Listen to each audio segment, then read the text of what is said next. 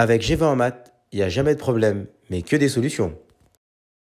À travers cette vidéo, nous allons voir comment construire un diagramme en boîte ou boîte à moustache.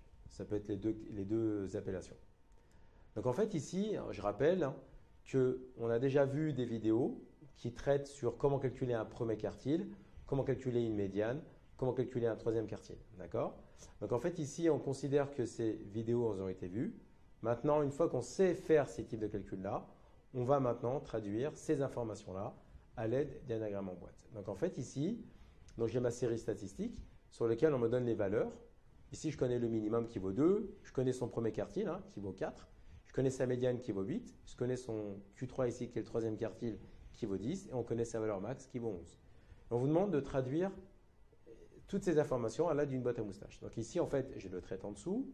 Je traite ici toutes les valeurs, donc je démarre de 0 à 11. D'accord? Alors après, comment on construit ma valeur, comment on construit ma boîte à moustache? Ici, le premier trait vertical va correspondre à la valeur du minimum, donc ici en l'occurrence qui va être 2. Ensuite, comme mon premier quartile c'est 4, donc ici je me mets à 4 et je trace une droite verticale pour traduire ici que c'est mon premier quartile.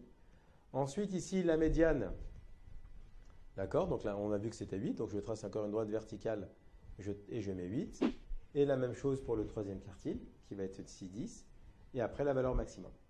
Et ensuite, ça me donne cette allure-là. D'accord? Donc, une boîte à moustache, vous avez besoin de 5 éléments, de connaître sa valeur minimum, de connaître Q1, de connaître la médiane, de connaître Q3 et de connaître la valeur max.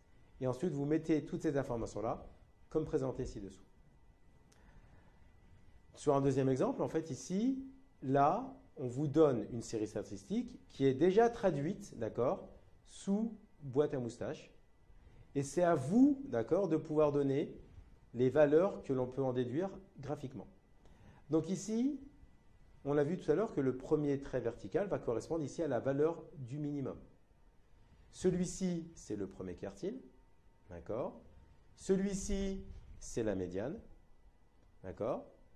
Et enfin, celui-ci va être le troisième quartile. Et enfin, tout au fond, ici, d'accord, va être ma valeur maximale. Donc ça, ce sont les informations que l'on a graphiquement grâce à ma boîte à moustache. Donc je traduis ici les données, d'accord. Donc on a dit que la valeur minimale, c'était 5. Le premier quartile, ça valait 6. La médiane, c'est 9. Le troisième quartile, c'est 11. Et la valeur max, c'est 13. Donc c'est comme ça qu'on peut interpréter graphiquement, d'accord, notre boîte à moustache.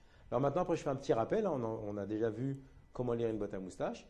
On sait que entre Q1 et le minimum, on a au moins 25% des valeurs. D'accord?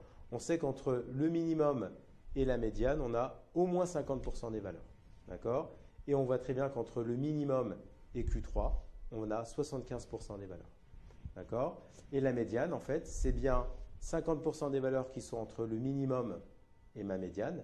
Et vous avez au moins 50% des valeurs qui sont entre ma médiane et la valeur max. D'accord? Donc ça, c'est des interprétations que l'on doit être capable de donner lorsqu'on va vous demander d'interpréter la valeur d'un premier quartile ou la valeur d'un troisième quartile ou d'une médiane. Comme tu as kiffé la vidéo et que tu veux des bonnes notes en maths, alors tu mets un pouce bleu, tu t'abonnes à notre chaîne, tu poses un commentaire, on y répond sans problème. Ensuite, on t'embarque avec nous sur g20enmaths.com.